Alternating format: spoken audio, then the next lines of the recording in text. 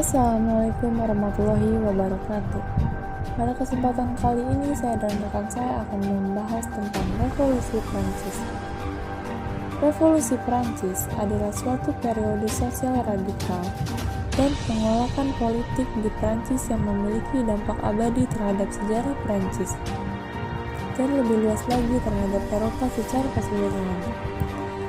Revolusi Prancis terjadi karena tuntutan dari kaum rakyat jelata dan borjuis yang merasa sangat terbebani atas kebijakan raja. Selain memiliki dampak yang besar bagi negara Prancis, revolusi besar-besaran tersebut berpengaruh kepada negara lain, salah satunya Indonesia. Revolusi Prancis berlangsung antara 5 Mei 1789 sampai dengan 9 November 1799. Menjadi salah satu peristiwa paling penting di penghujung abad ke-18. Awal mula revolusi ditandai dengan adanya serangan terhadap penjara Bastille pada 14 Juli 1989 dan diakhiri dengan adanya kudeta oleh Napoleon Bonaparte pada November 1799. Tokoh-tokoh revolusi Prancis. Yang pertama ada Napoleon Bonaparte. Napoleon Bonaparte adalah salah satu tokoh terbesar yang berpengaruh dalam peristiwa revolusi Prancis 1789 sampai 1799. Kedua, John Locke. John Locke adalah seorang pemikir atau filsuf asal Inggris yang lahir pada 9 Agustus 1962. Selanjutnya ada Voltaire. Ia seorang penulis, sejarawan, dan filsuf yang berasal dari Prancis pada 21 November 1694. Yang keempat, Montesquieu. Montesquieu atau yang bernama lengkap Charles Louis de Secondat Baron de la Brede et de Montesquieu lahir pada 18 Januari 1689. Yang terakhir, Jean-Jacques Rousseau. Jean-Jacques Rousseau atau yang akrab disapa JJ, Rousseau adalah seorang penulis sekaligus filsuf asal Swiss. Proses jalannya revolusi Prancis. Berbagai penyebab timbulnya revolusi Prancis yang mengakibatkan ketidakpuasan dan menyudutkan amarah rakyat. Mengutip dari Kompas, pada tanggal 5 Mei 1789, pemerintahan pun mencoba meredamkan berbagai masalah tersebut dengan melakukan persidangan Estes Generale di Versailles. Akan tetapi, jalannya persidangan yang dilakukan tersebut menuai perdebatan sengit dan banyak melontarkan pertentangan di tengah persidangan. Perdebatan dan pertentangan tersebut terjadi karena sidang mengalami kemadegan dan menuai ketidaksepakatan mengenai hak suara. Sebagai golongan bangsawan dan golongan agamawan menginginkan supaya pemungutan suara dilaksanakan per golongan, sedangkan golongan-golongan rakyat biasa memberi pendapat agar memungut suara dilaksanakan per orang. Raja Louis mengetahui perdebatan tersebut, tidak mengambil keputusan. Sikap raja seperti itu mengatasi kekecewaan bagi golongan bangsawan dan golongan agamawan, sedangkan golongan rakyat biasa mengambil sikap bangkit untuk melakukan perubahan.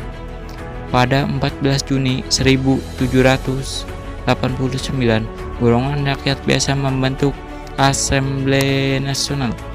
Terbentuknya dewan tersebut merupakan sidang seluruh rakyat tanpa embel-embel golongan. Kemudian pada 17 Juni 1789, golongan rakyat biasa mengadakan persidangan sendiri dan membuahkan hasil, yakni mendapatkan dukungan dari golongan lainnya. Kemudian pada tanggal 9 Juli 1789 dibentuknya Assemblée Nationale Constituante untuk membuat rancangan undang-undang dasar. Dibentuknya Assemblée Nationale Constituante tersebut menyebabkan pengaruh raja melemah. Dengan melemahnya pengaruh raja, akhirnya pada 14 Juli 1789 terjadinya penyerangan tersebut sebagai tanda terjadinya revolusi Prancis.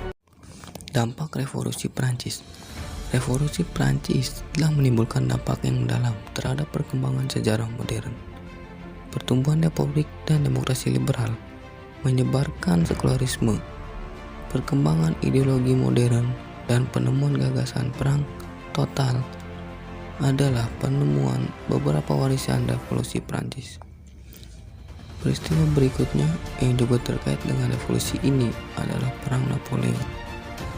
Dua peristiwa restorasi monarki terpisah, restorasi Bourbon dan monarki Julie, serta dua revolusi lainnya pada tahun 1834 dan 1848 yang melahirkan Prancis modern.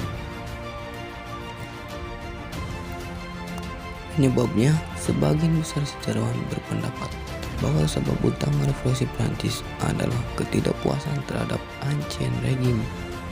Lebih khusus, para sejarawan juga menekankan adanya konflik kelas dari perspektif Marxis yang umum terjadi pada akhir abad ke-19. Perekonomian yang tidak sehat, panen yang buruk, kenaikan harga pangan, dan sistem transportasi yang tidak memadai adalah hal-hal memicu kebencian rakyat terhadap pemerintah. Rentetan peristiwa yang mengarah ke revolusi dipicu oleh kebangkrutan pemerintah karena pajak sistem yang buruk dan utang yang besar akibat keterlibatan Prancis dalam berbagai perang besar. Upaya Prancis dalam menentang Inggris, kekuatan militer utama di dunia pada saat itu, dalam perang 7 tahun berakhir dengan bencana, menyebabkan hilangnya jajahan Prancis di Amerika Utara dan hancurnya Angkatan Laut Prancis. Tentara Prancis dibangun kembali dan kemudian berhasil menang dalam Perang Revolusi Amerika. Tetapi perang ini sangat mahal dan secara khusus tidak menghasilkan keuntungan yang nyata bagi Prancis.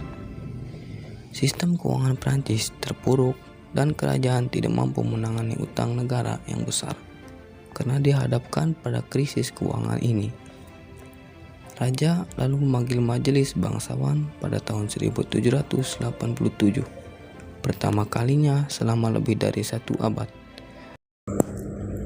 Sekian materi Revolusi Prancis dari kelompok kami. Wassalamualaikum warahmatullahi wabarakatuh.